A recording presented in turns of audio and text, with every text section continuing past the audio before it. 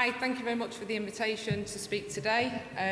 Happy International Women's Day, and I think obviously it is a cause for celebration, not only in Manchester, in the UK, but obviously around the world, in respect of the achievements of women, in respect of the bold, brave, the beautiful, the pioneers, the women's achievements, the timeline of achievements that have been achieved throughout women's history and continue year on year, and I think that can only obviously be commended and celebrated.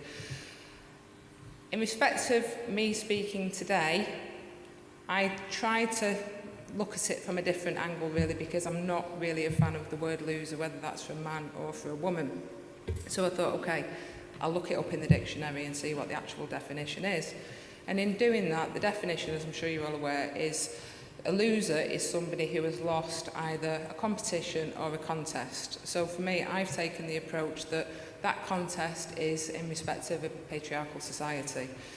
Now, if we look back through those timelines of history, back through the women's achievements, then I, hand on heart, can now honestly say, because I was a little bit undecided, to be honest, that I think in that respect, in respect of a patriarchal society, that then yes, men are the losers in the competition, in the contest of women's rights.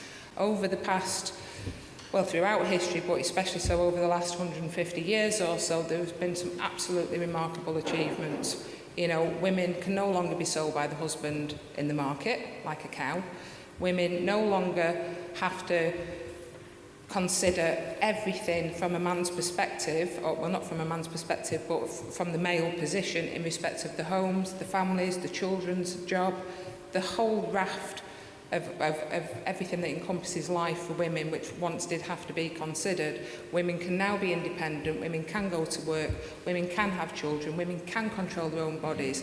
And I think the really pressing issue for me is that when women are repressed, then they actually have rights now. And I think for me, that's where men are the losers. In having those rights, if there are inequalities against them, if there are abuses against them, then actions can be taken in respect of that. Further to that, I've obviously also thought about it in terms of myself. Like Kate, I had similar issues. I had my own issues with gender dysphoria. When I was little, I was a boy. I was, obviously I was born a girl, but no, I was a boy. I absolutely refused to answer to Katie. I would only answer to Paul. It was that simple. That went on for quite a number of years. That had an impact on me. And then obviously, as I grew older, I had to think, well, I must be a lesbian. No, I'm not lesbian. I'm not straight. I'm not bisexual. Am I trans? What am I? And then in terms of, for me, I was born in 1973, I'm 41. So this is only 30 years ago.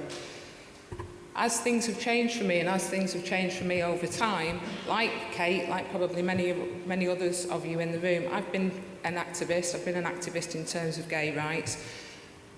And I feel very passionately about that. Obviously, things have moved on, but for me, when you actually have that experience of being oppressed, of being repressed, you do have an opinion and you do want to fight for those rights. And those rights for me as a woman, also those rights for me as a mother, in terms of bringing my own children up.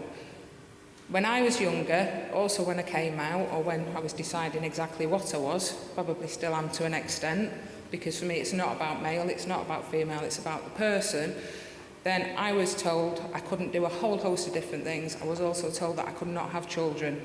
Now, for somebody to tell me, for men to tell me that I could not have children, obviously I wasn't very happy about that.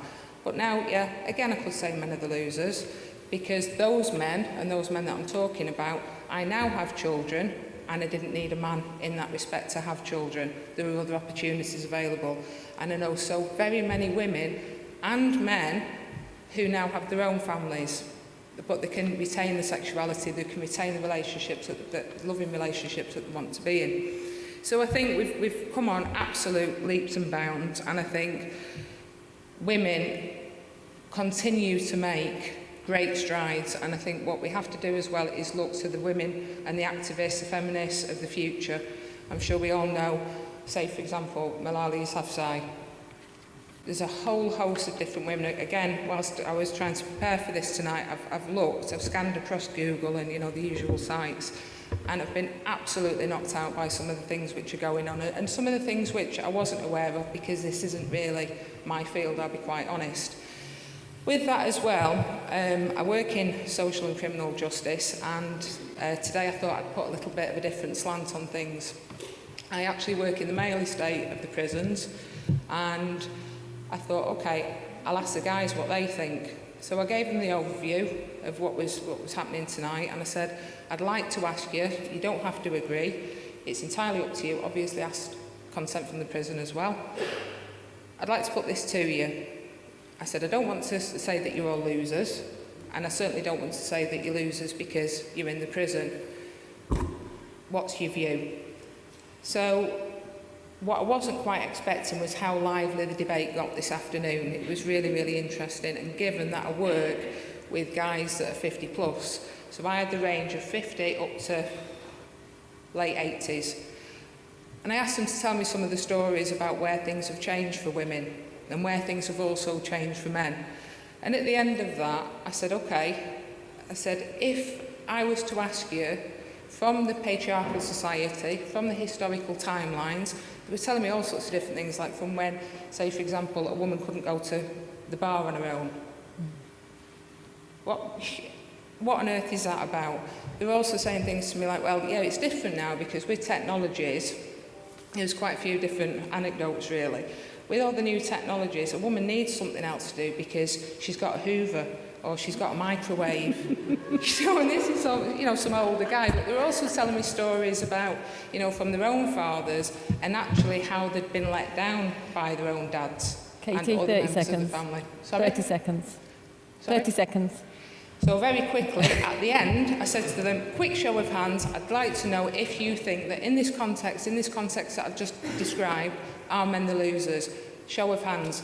Every single hand went up. The guys themselves thought that men were the losers, and that confirmed things for me. Thank you. Thank you very much.